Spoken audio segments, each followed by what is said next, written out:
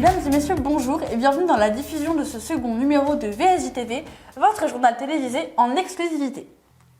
Au sommaire de notre émission, un récap de la journée du 11 novembre et une interview de nos jeunes porte-drapeaux, avant d'enchaîner sur 3 autres interviews exclusives dans les rubriques associations, sport et art. Lors de la commémoration du 11 novembre, nous avons pu rencontrer la première promotion de porte-drapeau du village dont Ombeline fait partie.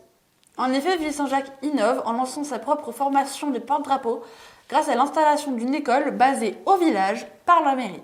Nous avons d'ailleurs eu le privilège d'interviewer le président de la médaille militaire qui a également participé à la mise en place de cette organisation. Tout de suite, un reportage de cette journée patriotique.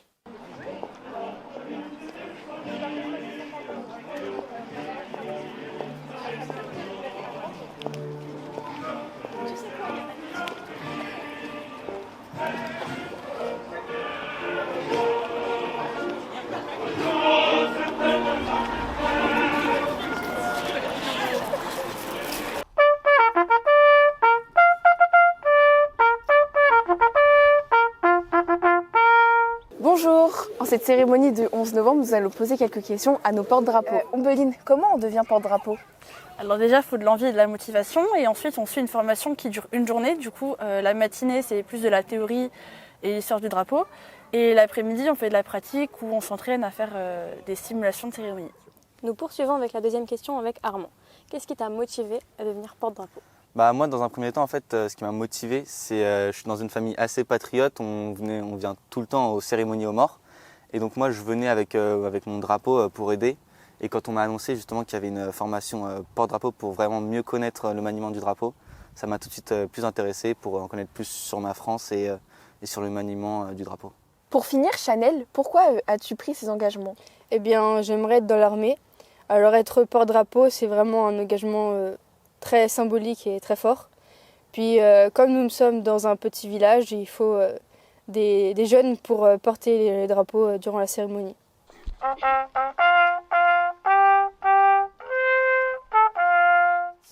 Nous recevons aujourd'hui Christophe Blanluet. Donc bonjour Christophe. Bonjour Ombeline, bonjour Ambre. Est-ce que ce serait possible de vous présenter en quelques mots? Alors en quelques mots, je suis Christophe Blanluet, je suis président de la 47e section de la Société nationale d'entraide de la médaille militaire sur le secteur de Fontainebleau. Cette Société nationale d'entraide, je la détaillerai un petit peu plus tard, mais c'est une association au niveau national qui est déclinée au niveau local. Donc qu'est-ce que la médaille militaire? Alors la médaille militaire est une médaille créée par le prince Louis-Napoléon Bonaparte en 1873, suite aux différentes guerres du Maroc et en Crimée, où il s'est aperçu que 50 ans plus tôt, on avait créé la Légion d'honneur pour les officiers, mais qu'il n'y avait rien pour les militaires du rang et pour les sous-officiers. Donc il a eu l'idée de créer cette médaille qui en fait est la Légion d'honneur du militaire du rang et du sous-officier. Quelles sont les missions de l'association? La première, c'est de faire perdurer le devoir de mémoire. Et la deuxième, c'est vraiment de l'entraide à nos titulaires de la médaille militaire qui sont dans le besoin et les plus âgés, aux orphelins. Avec les conflits, plusieurs militaires titulaires de la médaille militaire sont décédés, donc on prend soin de leurs familles et de leurs enfants. Et également, on a une maison de repos du côté de Hyères où on accueille nos plus fragiles. Pourquoi cette formation porte-drapeau et quel est le contenu? Alors on s'est aperçu en allant sur les commémorations que de plus en plus de petits villages n'avaient plus forcément d'associations d'anciens combattants, que les porte-drapeaux étaient des gens qui devenaient de plus en plus âgés et qui avaient de plus en plus de mal. Et on s'est dit, mais pourquoi pas former des jeunes qui sont volontaires pour aller sur ces cérémonies, parce que un monument aux morts sans porte-drapeau sur une cérémonie, Il n'y a rien de plus triste. Donc cette formation, elle s'articule en 2 temps. Le premier temps sur la matinée, toute une partie théorique, en rappelant ce que c'est qu'un emblème, ce que c'est que le drapeau, les différentes commémorations sur lesquelles vous pourriez être amené à porter le drapeau, les dates commémoratives, vous les rappelez. Vous rappelez également les personnes que vous pourrez rencontrer, donc voir le protocole, comment on s'adresse à telle autorité ou à telle autorité. Et puis l'après-midi, on passe sur la partie pratique, maniement du drapeau, avec le porte-drapeau titulaire de la section qui, lui, apprend aux jeunes à manipuler le drapeau. Pourquoi ce projet d'école de porte-drapeau à Ville-Saint-Jacques? Historiquement, quand on a eu l'idée de faire ça, c'était avec mon vice-président de l'époque de la section qui habitait Ville-Saint-Jacques, qui n'est plus là actuellement. Le nouveau maire de la ville faisait partie également de l'association, donc c'est tout naturellement. Et un jour, il nous a dit « j'ai des jeunes à former, j'ai des jeunes volontaires ». En avant, on a pris Ville-Saint-Jacques pour mettre en place ce module. Ça a pris un petit peu de temps, le temps que toutes les formations se montent, etc. Mais on a réussi à monter avec Ville-Saint-Jacques ce premier partenariat. Et finalement, le partenariat marche. Et puis, d'autres jeunes du village veulent se faire former. Des villages à côté qui entendent parler que ça marche, donc ils veulent se faire former. Donc l'idée est vraiment d'essayer de monter une structure, école, entre guillemets, de porte-drapeau. Merci Christophe d'avoir répondu à nos questions. Et avec Ombline, on souhaite longue vie à l'école de porte-drapeau. Merci les filles, et je compte aussi sur Ombline qui a fait partie de la première formation de porte-drapeau pour être passeur de mémoire. Suite à l'opération Terre de Jeu, 3 clubs sportifs ont été créés, le foot, la pétanque et le ping-pong, dont les entraînements ont lieu le lundi soir. C'est au cours d'un de ces entraînements que nos reporters Gabi et Aaron ont interviewé l'entraîneur Monsieur Baron.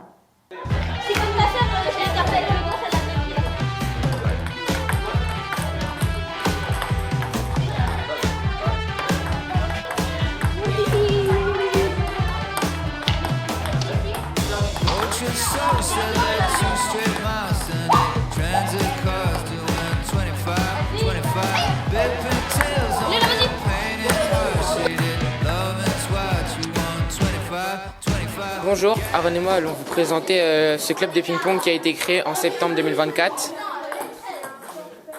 Nous allons vous présenter notre prof de sport, Emeric, ici présent. D'où vous êtes venu cette passion de tennis de table? Moi, je pratiquais le tennis de table quand j'avais votre âge.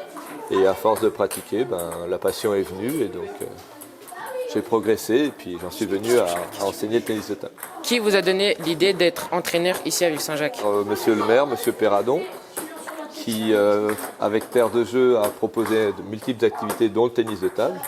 Et suite à une épreuve de tennis de table, m'a proposé si je pouvais entraîner pour aider à former ce nouveau club. Depuis quand pratiquez-vous le ping-pong?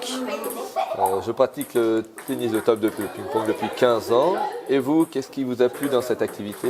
Cette passion m'est venue tout d'abord au collège. Nous en pratiquons 3 mois par an.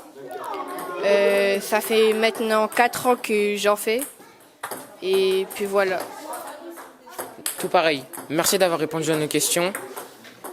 Pour le côté pratique, vous pouvez venir le lundi à 18h jusqu'à 19h pour pratiquer le ping-pong à la salle des fêtes de Ville-Saint-Jacques. En parlant de l'influence de Terre de Jeu, ce programme nous a permis de découvrir les talents de Constantin Vincent, un jeune artiste Saint-Jacques-Villois à la technique singulière.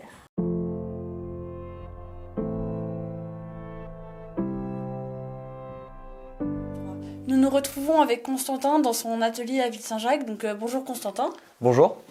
Donc, est-ce que ça serait possible de te présenter, de présenter ton activité en quelques mots? Tout à fait. Alors je m'appelle Constantin Vincent, sous le pseudonyme de Vinseré. Donc c'est mon nom d'artiste auteur.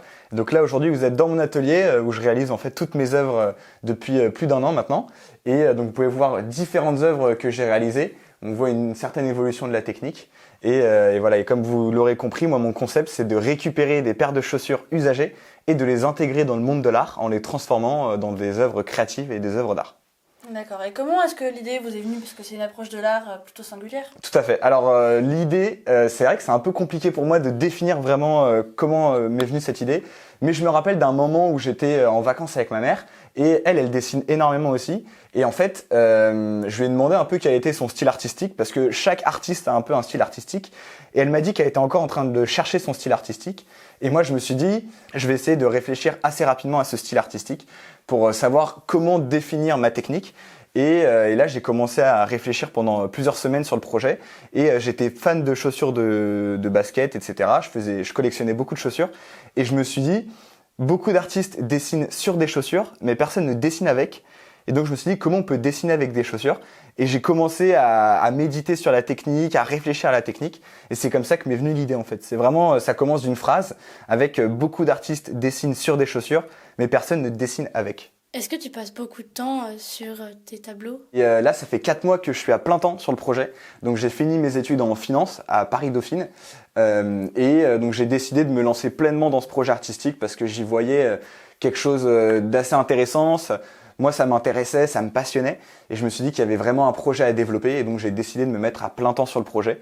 Et donc, je suis 100% de mon temps ici à l'atelier, sauf quand je vais acheter mes fournitures, mes tableaux, etc. Donc maintenant que tu es à temps plein, est-ce que tu as observé une évolution dans ton projet? Est-ce que tu as pu voir un potentiel aspect commercial? Je suis déjà à 7 ventes, donc c'est vrai que ça va spécialement vite. Et je sens que ça intéresse les gens. Et je me rends compte que la plupart des gens qui achètent, ça va être vraiment des passionnés de sport. Au-delà de passionnés de sneakers, c'est vraiment des gens qui voient le sportif comme une star, vraiment comme leur idole. Moi, je ressens une technique dans l'évolution de mes tableaux. Par exemple, on peut prendre un exemple ici, avec ici le tableau de Serena Williams, où je suis venu faire tout simplement un fond bleu et venir coller des pièces blanches. Donc ça, c'est un de mes premiers tableaux. Et en fait, avec l'évolution de ma technique, comme sur le tableau d'Antoine Dupont ici pour un Parisien qui me l'a commandé pour la semaine prochaine, et ben là en fait j'ai rajouté la silhouette avec les pièces de chaussures. Donc on comprend davantage le portrait avec cette silhouette qui donne beaucoup plus d'énergie et de perspective finalement au tableau. Utilises-tu beaucoup de chaussures pour un tableau? L'objectif c'est de ne pas mixer les chaussures, les marques, et donc c'est vraiment de garder une unicité dans les tableaux et donc d'utiliser une chaussure pour un tableau. Donc par exemple ici, j'ai travaillé sur des skateboards. Donc en fait, je suis allé récupérer des planches de skate dans des magasins qu'on appelle des skate shops. Et donc ils m'ont donné les planches de skate et je suis venu coller par-dessus les chaussures. Et donc ici, on retrouve une paire de Dunklo. Donc c'est une chaussure initialement prévue pour le basket. Donc ici, on retrouve une action de Wembanyama, donc un grand joueur français, en train de bloquer. Donc le bloc, c'est une action assez principale dans le basket. Ici, on retrouve aussi une action de tirer. Au basket, on shoot généralement assez souvent. Et on retrouve aussi là-haut, sur ce tableau-là, un dunk. Donc c'est des actions assez physiques, assez mémorables généralement. Et donc ça, c'est Anthony Edwards, donc un nouveau basketteur qui est arrivé récemment en NBA et qui a effectué un des plus gros dunks de l'année. Donc au niveau de la technique, de la fabrication, expliquez-nous. Ces ciseaux vont me permettre de découper les pièces, mais une fois que la chaussure est déjà découpée. Et pour que la chaussure soit découpée, j'utilise des cutters. Donc on va partir sur des cutters assez précis, avec des lames très pointues, ce qui me permettra en fait de venir faire sauter les coutures. Et une fois que les pièces sont comme ça, et moi je viens faire le dessin. Alors là j'ai fait des petits carrés pour donner un exemple. Et c'est là que j'utilise les fameux ciseaux pour venir découper les pièces. Et une fois que ça c'est fait, j'utilise de la colle. Merci Constantin et nous te souhaitons une bonne continuation pour vendre tes tableaux. Nous terminons cette émission en vous souhaitant de très bonnes fêtes. Et en parlant de fêtes, le marché de Noël de Ville-Saint-Jacques a attiré cette année encore énormément de visiteurs. Surtout, n'oubliez pas les vœux du maire qui auront lieu le 18 janvier à 18h dans la salle des fêtes. Mesdames et messieurs, c'est la fin de notre seconde émission. On se retrouve bientôt pour un prochain numéro. Au revoir.